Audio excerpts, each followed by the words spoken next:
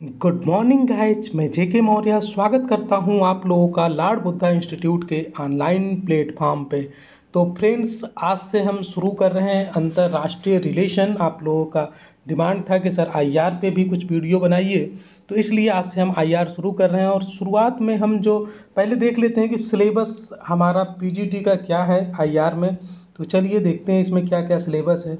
इसमें लिखा है सिद्धांत एवं व्यवहार, प्रमुख अवधारणाएं किसकी, शक्ति संतुलन की, सामूहिक सुरक्षा की, राष्ट्रीय हित। मुख्य प्रवृत्तियां में क्या आता है, शीत युद्ध, तनाव, शैथिल्य, असंलग्नता आंदोलन जिसे नाम कहते हैं एनएएम, अंतर्राष्ट्रीय संस्थाएं एवं संगठन, इसके अंतर्गत संयुक्त राष्ट्र संघ एवं उसके अभिकरण, आसियान, सार्क। और प्रमुख मुद्दे, ठीक है, प्रमुख मुद्दे में क्या है, निशस्त्रीकरण, नौ अंतर्राष्ट्रीय आर्थिक व्यवस्था, उत्तर दक्षिण वार्ता, दक्षिण दक्षिण सहयोग, तृतीय विश्व अवधारणा एवं समस्याएं, विदेश नीति। ठीक है, विदेश नीति किसके साथ, भारत की यूएसए के साथ यानी संयुक्त राज्य अमेरिका, रूस और चीन, इन तीन देशों के साथ आपको विदेश नीति तैयार करना है। तो ये हमारा सिलेबस है। ठीक है, तो आज हम जो प्रमुख अवधारणाएं हैं शक्ति की, इसमें कुछ सिद्धांत आते हैं, उसको हम लोग डिस्कस करेंगे। लेकिन उससे पहले हम लोग थोड़ा सा इस आईआर के बारे में समझ लेते हैं कि आईआर जो है क्या चीज़ है, कौन कौन से सिद्धांत हैं। ठीक है, प्रमुख अवधारणाओं के अंतर्गत सिद्धांत पूछे जाते हैं, उन सिद्धांतों से आज हम शुरू करेंगे। ठीक है, चलिए तो आगे बढ़ते हैं। आज हम लोग देखते हैं अंतर्राष्ट्रीय राजनीति। पहली बात तो समझिए कि अंतर्राष्ट्रीय राजनीति है क्या चीज़, ये भला है क्या। तो राजनीति विज्ञान का एक महत्वपूर्ण भाग है जो दो या दो से अधिक राज्य के मध्य की राजनीति का अध्ययन करता है। ठीक है, तो अंतर्राष्ट्रीय राजनीति क्या है, ये राजनीति विज्ञान का एक महत्वपूर्ण भाग है जो दो या दो से अधिक राज्य के मध्य की जो राजनीति है उसका अध्ययन करता है। ठीक है, तो इसका जो मूलतः जो प्रारंभ हुआ वो आधुनिक काल में हुआ। कब से, वर्ल्ड वार 1 और वर्ल्ड वार 2 के बीच में होता है, जब उस समय जो व्यवस्था थी विश्व की वो बहुत ही उथल पुथल की व्यवस्था थी, चारों तरफ युद्ध का माहौल था, पूरा विश्व युद्ध में जो है लगा हुआ था, भिड़ा हुआ है। ठीक है, तो उस समय इसके अध्ययन की ज़रूरत पड़ती है। तो लेकिन अगर हम बात करें तो प्राचीन काल से ही विभिन्न राज्यों के द्वारा एक दूसरे से संबंध की स्थापना की जा रही थी। इस कौन कौन से संबंध थे, तो उसमें जैसे राजनीतिक संबंध, आर्थिक संबंध, सांस्कृतिक संबंध। तो ये अगर हम देखें तो प्राचीन काल से ही राज्यों के मध्य इस तरह के संबंध व्याप्त थे। इसका जो साक्ष्य है हमें इतिहास में मिलता है पढ़ने को। तो भारत में प्राचीन काल में मनु के द्वारा परराष्ट्र संबंध के नाम से ये विदेश नीति की चर्चा की गई। तो आप लोगों के हमने जो है मनु के बारे में पढ़ाया और उसमें उनका जो परराष्ट्र संबंध का सिद्धांत था उसको भी हम लोगों ने देखा था। तो देखिए कितने प्राचीन काल से ही जो है अंतर्राष्ट्रीय राजनीति की बात हो रही है। अगर कौटिल्य की बात करें तो कौटिल्य ने जो अर्थशास्त्र जो इनका मिलता है, इसमें इन्होंने विदेश नीति के अध्ययनों के दो मुख्य सिद्धांत दिए हैं। कौन से, साठ गुण्य नीति और मंडल सिद्धांत दिया है। ठीक है, इसको भी हम लोगों ने देखा था। तो देखिए 60 गुण्य नीति में क्वेश्चन जो आपसे पूछा जाता है, एक बार पूछा भी गया है, इसमें 12 राज्यों का समूह होता है। कितने राज्यों का समूह, 12 राज्यों का समूह। केंद्र में कौन होता है, राज्य, जो केंद्र में जो राज्य होता है उसको हम कहते हैं विजिगुसु। ये आपके एग्जाम में क्वेश्चन पूछा जा चुका है। और विजिगुसु का मतलब होता है विजय की इच्छा रखने वाला। ठीक है, तो ये जो है मंडल सिद्धांत में कौटिल्य ने बताया है। चूँकि आ गया तो मैंने बता दिया। अब देखिए जो अंतर्राष्ट्रीय संबंध है, अगर हम वर्तमान की बात करें, आधुनिक काल की बात करें, तो इसकी जो है व्यापक अवधारणा है। इस समय इसकी व्यापक अवधारणा है। और इस व्यापक अवधारणा के अंतर्गत हमें किन किन चीज़ों का अध्ययन करना होता है, तो राजनीतिक, आर्थिक, सांस्कृतिक संबंध, इन सब संबंधों का अध्ययन करना होता है। ठीक है, केवल पॉलिटिक्स का ही अध्ययन नहीं करना होता है। ठीक है, इन दो या दो से अधिक राज्यों के मध्य केवल राजनीति का ही अध्ययन नहीं करते हैं, बल्कि राजनीति के साथ साथ आर्थिक जो चीज़ें हैं, आर्थिक व्यापार हैं, ठीक है, आर्थिक संबंध हैं, इनका अध्ययन, सांस्कृतिक संबंध भी हैं, इनका भी अध्ययन किया जाता है।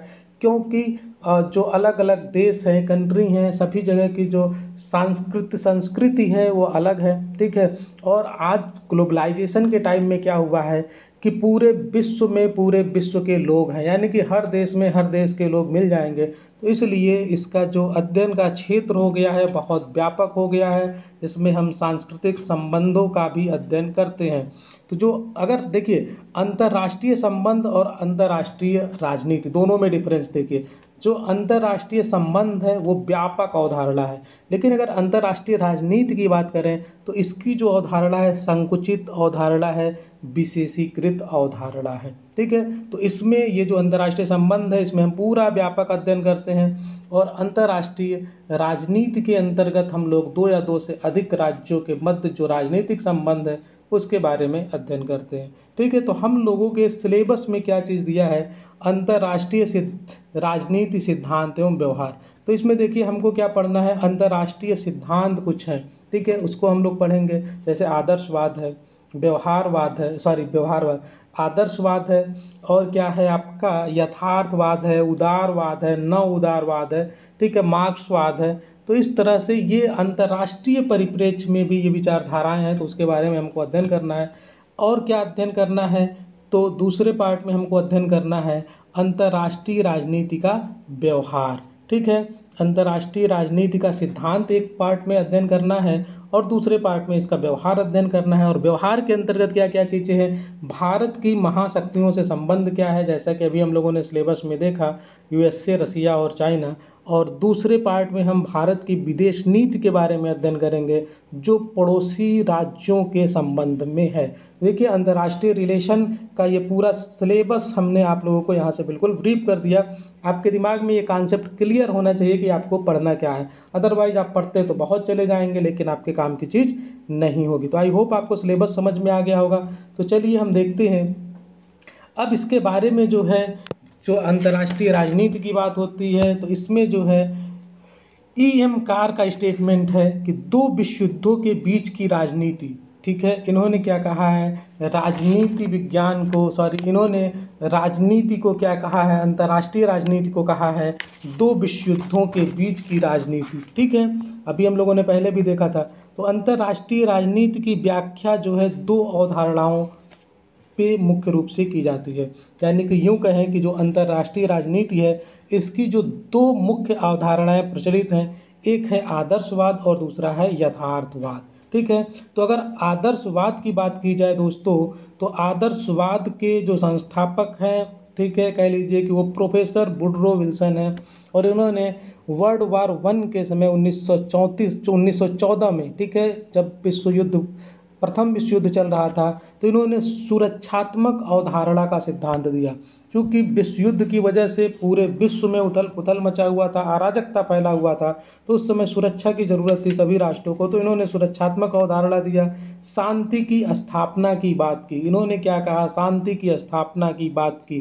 ठीक है, और इन्होंने कहा कि जो इंटरनेशनल पॉलिटिक्स है उसमें जो संघर्ष है इस समय वो अस्थाई नहीं है, वो कैसा है, संक्रमणकालीन है, ट्रांजिशन स्टेट में है। ठीक है, तो हम क्या कर सकते हैं कि हम इस जो इंटरनेशनल पॉलिटिक्स है उसके संघर्षों को ख़त्म किया जा सकता है।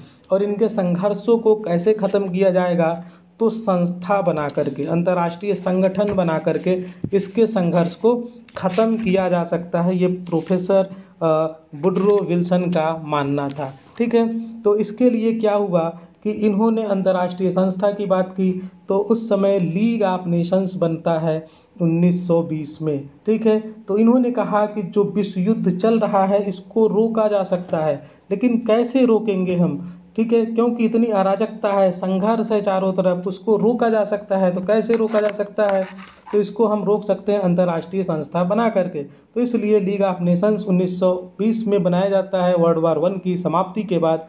तो अगर आपसे पूछे कि लीग ऑफ नेशंस के जन्मदाता कौन है, तो आपको टिक करना है वुडरो विल्सन। ठीक है, लेकिन दोस्तों आपको पता है कि जो लीग ऑफ नेशंस बना था ये फेल हो जाता है, और फेल होने के पीछे जो इसकी नीतियां थी, जो समझौता हुए थे, उसी को इसका दोष माना जाता है। ठीक है, तो लेकिन तब उसके बाद क्या होता है, फिर से वर्ल्ड वार 2 के बाद जो है संयुक्त राष्ट्र संघ बनता है। और ये जो संयुक्त राष्ट्र संघ है आज भी जो है प्रभावी तरीके से काम कर रहा है। और इसी का नतीजा है कि अब तक तीसरा वर्ल्ड वार नहीं हुआ है। तो ये तो थी आदर्शवादी व्याख्या, ठीक है, हम कह सकते हैं कि आदर्शवादी अवधारणा थी। अब यथार्थवाद हम देखते हैं क्या है यथार्थवाद, जिसे कहते हैं रियलिज्म, ठीक है, क्या कहते हैं दोस्तों, रियलिज्म कहते हैं। और इसके जो जनक हैं वो कौन है, मार्गेंथाउ। और इससे आपके एग्जाम में बहुत क्वेश्चन पूछे जाते हैं। पहला क्वेश्चन, पॉलिटिक्स एमंग नेशन, ये बुक किसकी है, तो ये बुक है मार्गेंथाउ की, ठीक है, ये मार्गेंथाउ की बुक है। और देखिए जब यथार्थवाद की बात आती है तो आपको कुछ चीज़ें याद रखनी है, ठीक है। इनसे भी पहले अगर हम प्रिकर्सर्स ऑफ रियलिस्ट में जाएं, शुरुआती दौर में तो थ्यूसिडाइस, कौटिल्य, मैकियावेली और हाब्स, इन लोगों ने भी पहले यथार्थवादी विचारधारा की बात की थी, ठीक है। तो यथार्थवादी विचारधारा की बात की थी। तो यथार्थवाद में क्या है, इसमें क्या इनका मानना है, इनका मानना है कि जो विश्व है उसमें स्ट्रगल चल रहा है, ठीक है, संघर्ष जारी है, ठीक है। और इस संघर्ष जारी है तो हम क्या कर सकते हैं, सभी को अपना जो राष्ट्रीय हित है, ठीक है, जो राष्ट्रीय हित है, सभी देशों को अपने राष्ट्र के हित के बारे में सोचना होगा। इसमें कोई दूसरा किसी की हेल्प करने वाला नहीं है, ठीक है। तो जो पावर है, पावर का जो केंद्र है वो कहाँ है, राज्यों के पास है। अगर राज्यों को सरवाइव करना है तो उन्हें क्या करना पड़ेगा, अपनी सुरक्षा की व्यवस्था खुद करनी पड़ेगी, ठीक है। इन्होंने कहा मिलिट्री कैपेबिलिटी को बढ़ाना पड़ेगा, मिलिट्री कैपेबिलिटी को क्या करना पड़ेगा, बढ़ाना पड़ेगा, ठीक है। तो इन्होंने कहा कि मोरलिटी की बात इसमें नहीं होनी चाहिए, जो विदेश नीति होती है वो नैतिकता से ना होकर के किससे होती है, विवेक से होती है। जो विदेश नीति है उसमें नैतिकता नहीं है। यानी कि हम कह सकते हैं कि जो आदर्शवाद है और यथार्थवाद जो है वो दोनों क्या है, एक दूसरे का विरोधी विचारधारा, एक दूसरे का अगेंस्ट ही है कह सकते हैं। तो हम लोग चलिए अभी यथार्थवाद को आगे और डिटेल से पढ़ेंगे। तो फिलहाल हम अंतर्राष्ट्रीय राजनीति की कुछ परिभाषाएं देख लेते हैं जो आपके एग्जाम में डायरेक्टली पूछ लिए जाते हैं। तो पहली परिभाषा है, ठीक है, अंतर्राष्ट्रीय राजनीति की, ठीक है। अंतर्राष्ट्रीय राजनीति जो है मूलतः शक्ति संघर्ष का अध्ययन है, किसने कहा है, मार्गेंथाउ ने कहा है। और शक्ति संघर्ष में राष्ट्रीय हित जो है वो सर्वोपरि है, ठीक है, राष्ट्रीय हित सर्वोपरि है, ठीक है। तो अंतर्राष्ट्रीय राजनीति जो है अंतर्राष्ट्रीय संबंध का एक उपखंड है, ये किसने कहा है, जेम्स रोजनाउ ने कहा है। तो ये स्टेटमेंट दोस्तों बहुत इंपॉर्टेंट है, आपको याद रखना पड़ेगा। अगर हम बात करें नॉर्मन फेडरफोर्ड लिंकन ने क्या कहा है, तो अंतर्राष्ट्रीय राजनीति विभिन्न राज्यों के मध्य की अंतः क्रियाओं का अध्ययन है। तो इसमें आपको क्या रखना है, विभिन्न राज्यों के बीच की अंतः क्रियाओं का अध्ययन है, किसने कहा है, नॉर्मन फेडरफोर्ड लिंकन ने कहा है। अब अगर हम बात करें तो अंतर्राष्ट्रीय राजनीति को अंतर्राष्ट्रीय संबंध के नाम से ही संबोधित करना चाहिए, ठीक है। अंतर्राष्ट्रीय राजनीति विभिन्न समुदायों के स्वतंत्र राजनीति का अध्ययन है, ये किसने कहा है, हेराल्ड स्प्राउट और मार्गरेट स्प्राउट ने। क्या कहा इन्होंने, अंतर्राष्ट्रीय राजनीति जो है विभिन्न समुदायों के स्वतंत्र राजनीति का अध्ययन है, ठीक है दोस्तों।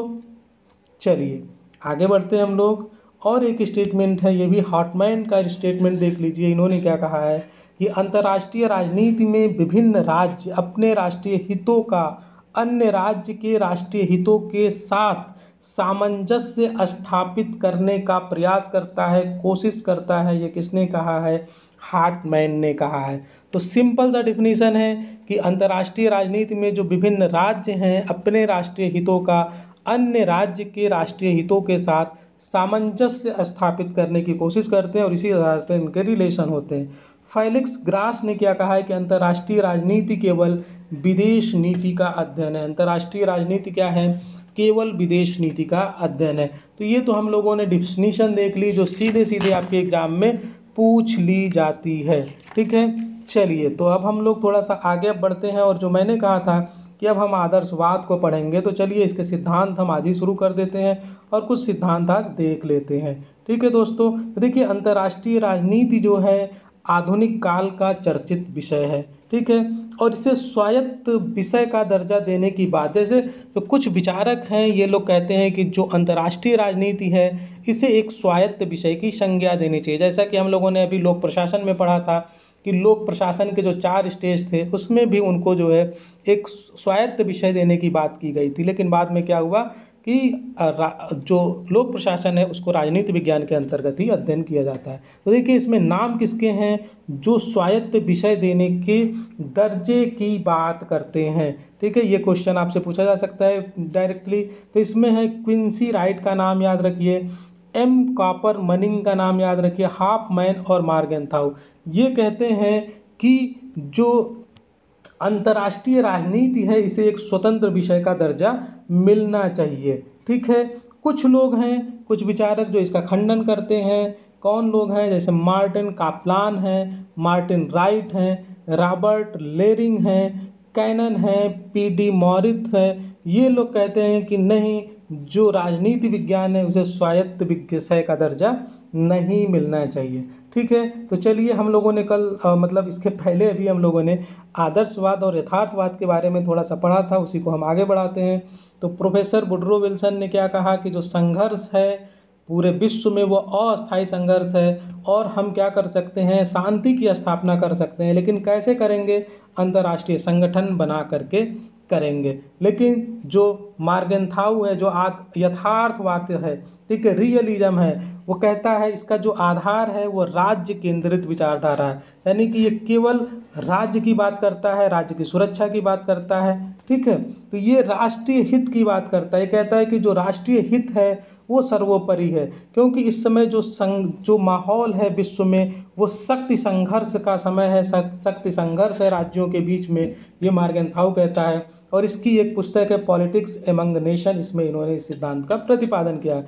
तो यथार्थवाद जो है मार्गेंथाउवाद के पर्याय के रूप में भी प्रचलित किया था। इतना जो है इनका यथार्थवाद मार्गेंथाउ का फेमस हो गया कि जो है यथार्थवाद को सिनोनिम बना दिया गया मार्गेंथाउवाद का। ठीक है, यानी कि इसको मार्गेंथाउवाद के नाम से भी इसका पर्याय लिया जाने लगा। तो अंतर्राष्ट्रीय संगठन कहते हैं कि जो अंतर्राष्ट्रीय संगठन है वो क्या है? कल्पना तत्व है। ये आदर्शवाद का विरोध करते हैं कि अंतर्राष्ट्रीय संगठन जो है ये केवल कल्पना तत्व है और इससे कुछ होने वाला नहीं है। तो मार्गेंथाउ ने कुछ सिद्धांत दिए हैं, इसको हम लोग देखते हैं। जो मार्गेंथाउ का ये 6 सिद्धांत है।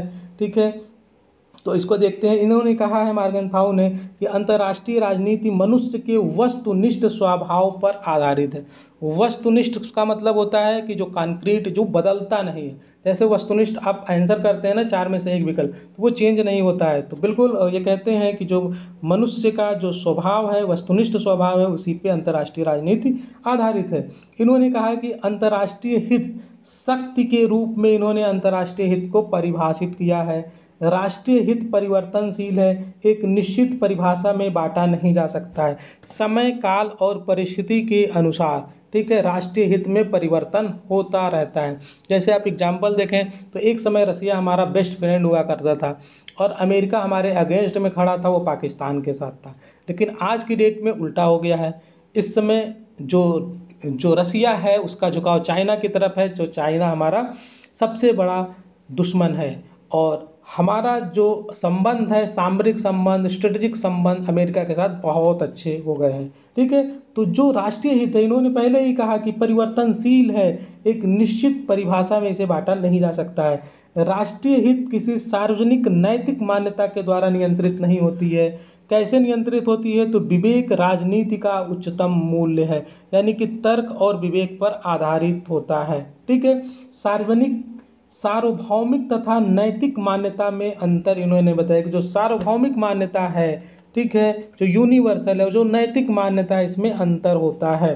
ठीक है, इन्होंने कहा कि जो अंतर्राष्ट्रीय राजनीति है, अंतर्राष्ट्रीय राजनीतिक क्षेत्र को स्वायत्त माना। इन्होंने इसको क्या माना? स्वायत्त माना। इसको एक अलग विषय की बात की और इसे वैधानिक, नैतिक तथा आर्थिक कारकों से स्वतंत्र होता है। इन्होंने कहा कि जो अंतर्राष्ट्रीय राजनीतिक क्षेत्र है ये स्वायत्त है और इसको इन्होंने वैधानिक, नैतिक, आर्थिक कारकों से स्वतंत्र माना है। तो अगर हम देखें तो इनका जो आधार है उसका वो कहाँ से मिलता है? हाब्स से मैकियावेली के विचारों का आधार लेकर के इन्होंने अपना रियलिज्म का सिद्धांत दिया है। क्योंकि हाब्स और मैकियावेली भी इसी तरह की बात करते हैं, यथार्थ की बात करते हैं, यथार्थवाद की बात करते हैं।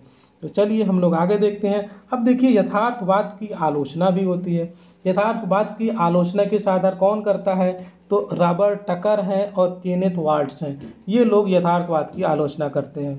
इन्होंने कहा कि यथार्थवाद का जो सिद्धांत है वास्तव में यथार्थवादी नहीं है। जो यथार्थवाद का सिद्धांत है वो यथार्थवादी नहीं है। क्यों नहीं है यथार्थवादी?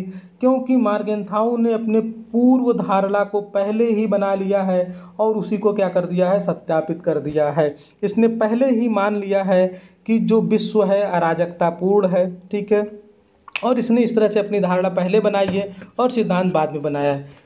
देखिए स्टेनली हाफमैन ने क्या कहा है कि वास्तव में मॉर्गेनथाउ का जो यथार्थवाद है वो शक्ति का अद्वैतवाद है, ठीक है, शक्ति का अद्वैतवाद है। किसने कहा? स्टेनली हाफमैन में, ठीक है। और इसमें इन्होंने कहा कि जो साध्य है और साधन है दोनों को एक ही मान लिया इसने। साध्य और साधन दोनों अलग अलग चीज़ें होती हैं और इसने क्या किया है? दोनों को एक ही मान लिया है। जो यथार्थवाद है वो केवल शक्ति संघर्ष की बात की गई है, जबकि संघर्ष के साथ साथ सहयोग भी होता है, पारस्परिक सहयोग भी होता है। यानी कि जो इसका शक्ति संघर्ष का जो सिद्धांत है यथार्थवाद का वो कैसा है? एकांगी है, एकांगी है, ठीक है, मतलब एक ही तरफ पूरी तरह से झुका हुआ है और आपस में अंतर्द्वंद है इसके अंदर। तो अंतर्द्वंद किस बात का है? तो जो IR इंटरनेशनल रिलेशन है शक्ति संघर्ष का परिणाम है, यानी कि सदैव संघर्ष चलता रहेगा। इसके कहने का मतलब क्या है कि अंतर्राष्ट्रीय राजनीति में संघर्ष हमेशा चलता रहेगा, कभी शांति हो ही नहीं सकती है। और फिर वो कहता है कि शांति की स्थापना करने के लिए कुछ उपाय भी बताता है, ठीक है। उपाय क्या बताता है?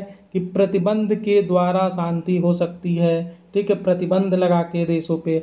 विश्व सरकार के द्वारा शांति हो सकती है, ठीक है, विश्व सरकार इस तरह से बन जाए। राजनय कूटनीति के द्वारा शांति हो सकती है, ठीक है, राजनय कूटनीति के द्वारा। तो ये देखिए एक तरफ कहता है कि सदैव संघर्ष चलता ही रहेगा, एक तरफ ये कहता है कि शांति भी हो सकती है, यानी कि उसके आपस में ही अंतर्द्वंद है कि होगा कि नहीं होगा, ठीक है। तो यदि सदैव संघर्ष ही है तो शांति कैसे हो सकती है? और इसने मानव स्वभाव, देखिए मनुष्य, अरस्तु ने क्या माना था? अरस्तु ने मनुष्य को सामाजिक प्राणी माना था और इसने मानव स्वभाव को क्या कहा है कि प्रभुत्व स्थापना का गुण है इसके अंदर, केवल ये इसका एकाकी विचार है। इसने कहा कि जो मानव है उसका उद्देश्य क्या है? प्रभुत्व को कायम करना, प्रभुत्व स्थापित करना उद्देश्य है। और ये कैसा एक एकाकी विचार है? क्योंकि जो मनुष्य होता है उसके अंदर प्रभुत्व ही केवल नहीं पाया जाता है बल्कि सहयोग भी पाया जाता है, ठीक है। ये कहता है कि केवल शक्ति संघर्ष होता, जो मानव का स्वभाव है वो किस तरह का है? केवल शक्ति के लिए संघर्ष का है, जो कि गलत है। क्योंकि अरस्तु ने मनुष्य को एक सामाजिक प्राणी माना था और कहा था कि मनुष्य समाज में रहता है और समाज के बिना नहीं रह सकता है। तो समाज में अगर वो रहेगा तो संघर्ष कैसे होगा? वो शांति के साथ रहता है। तो चलिए अब हम देखते हैं कि जो यथार्थवाद है इसका महत्व क्या है। तो महत्व क्या है? शक्ति, यानी कि सैन्य शक्ति के रूप में उसका महत्व भले ही न हो, लेकिन आर्थिक शक्ति के रूप में आज भी इसका महत्व है। क्यों?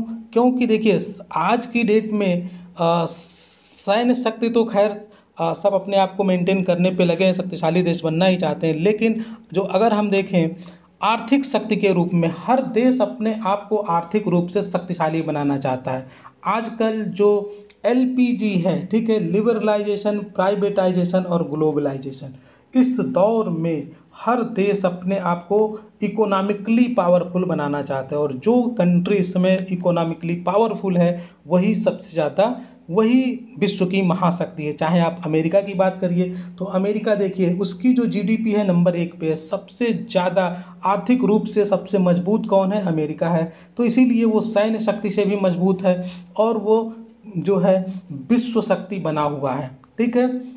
उसके बाद अगर हम बात करें चाइना की, एक समय था कि रसिया जो था, रसिया जो है सेकंड नंबर पे था पूरे वर्ल्ड में। तो रसिया और यानी कि जब USSR के रूप में था 1991 के टाइम पे, ठीक है, तो उस समय क्या था? उस समय क्या था कि अमेरिका एक तरफ क्या था? USA था और एक तरफ USSR था। इन दोनों के बीच शीत युद्ध आप लोगों ने पढ़ा होगा, शीत युद्ध का दौर पूरी ज़बरदस्त तरीके से चल रहा था। मतलब ऐसा लग रहा था कि कभी भी फिर से वर्ल्ड वॉर 3 हो सकता है, क्योंकि जो पूरा वर्ल्ड था वो 2 गुटों में बट गया था। लेकिन उस समय इंडिया ने अपने लीडरशिप में जो नाम बनाया, ठीक है, नाम में जो उस समय देश स्वतंत्र हो रहे थे उन सभी लोगों ने उसमें पार्टिसिपेट किया और इन्होंने बिल्कुल इन दोनों गुटों से तटस्थ रहने का निर्णय किया। तो हम लोग नाम को भी आगे अच्छे से पढ़ेंगे। उसमें जवाहरलाल नेहरू की भूमिका मुख्य थी, ठीक है। उसके अलावा जो है मिस्र के राष्ट्रपति थे, और तो ये लोग मिल करके इन्होंने नाम को स्थापित किया था और विश्व में शांति लाने की कोशिश की थी। इन दोनों गुटों से अलग थे, ठीक है। तो देखिए मैंने इसका रेफरेंस क्यों दिया कि अगर आज उस समय रसिया नंबर 2 पे, मतलब रसिया और यूएसए दोनों में टकराहट, दोनों बिल्कुल इक्वल पावर की बात करते थे, इक्वली ही बिल्कुल ही थे वो। लेकिन आज की अगर बात करें तो रसिया बहुत पीछे चल गया, क्योंकि उसकी इकॉनमी जो है वो भ्रष्ट हो गई है, ठीक है। क्योंकि 1919 के बाद से रसिया का बिल्कुल डाउनफॉल होता है और पूरी तरह से रसिया जो है फिर यूएसएसआर जो रहता है वो टूट जाता है और उसकी इकॉनमी फेल कर जाती है, ठीक है। तो इस तरह से रसिया बहुत वीक, इकोनॉमिकली वीक हो गया है और इस समय चाइना ग्रो कर रहा है, चाइना सुपर पावर बनने की होड़ में लगा हुआ है। तो आज भी अगर हम देखें तो पावर गेन करने, पावर के लिए क्या होना चाहिए, मनी होना चाहिए। आर्थिक जो शक्ति है वो मजबूत होगी तो शक्ति गेन करने की बात होती है, ठीक है। तो ये तो हम लोगों ने यथार्थवाद पढ़ लिया। अब नव यथार्थवाद क्या चीज़ है, नियो रिबलिज्म। इसमें नाम आता है केनेथ वाल्ट्ज का, रॉबर्ट कोहेन का, ग्रेसर जोसेफ का।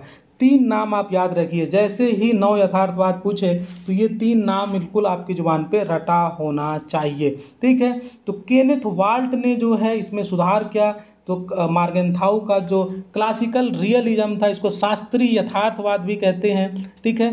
तो इसका इसने क्या किया, इसमें इसने संशोधन किया। तो देखिए जो आपका शास्त्रीय यथार्थवाद था वो किस पे, किन किन चीज़ों पे, कौन कौन से कीवर्ड थे उसको याद रखिए। पहली बात तो यथार्थवाद के टर्म क्या है, शक्ति राजनीति की बात करता था वो, राज्य के ऊपर ही पूरी तरह से केंद्रित था, राष्ट्रीय सुरक्षा की बात करता है, राजनीतिक नय और राजनीति और नैतिकता के बीच अलगाव की बात करता है। तो ये 4 की टर्म है, फिर से सुन लीजिए, नोट कर लीजिए। शक्ति की बात करता है, ठीक है, शक्ति राजनीति की, राज्य केंद्रित बात करता है, राष्ट्रीय हित की बात करता है, और राजनीति और नैतिकता के बीच अलगाव की बात करता है, और व्यक्ति के स्वभाव की बात करता है। जो नव यथार्थवाद है इसमें भी लगभग सभी वही चीज़ है, बस इसमें क्या है कि अगर आप केवल जो व्यक्ति का स्वभाव है उसको यहाँ से हटा दें यथार्थवाद में से, तो वो क्या बन जाएगा, नव यथार्थवाद बन जाएगा, ठीक है। तो इसमें इन्होंने क्या कहा कि जो राष्ट्रीय हित है उससे ज़्यादा महत्व किसको दिया,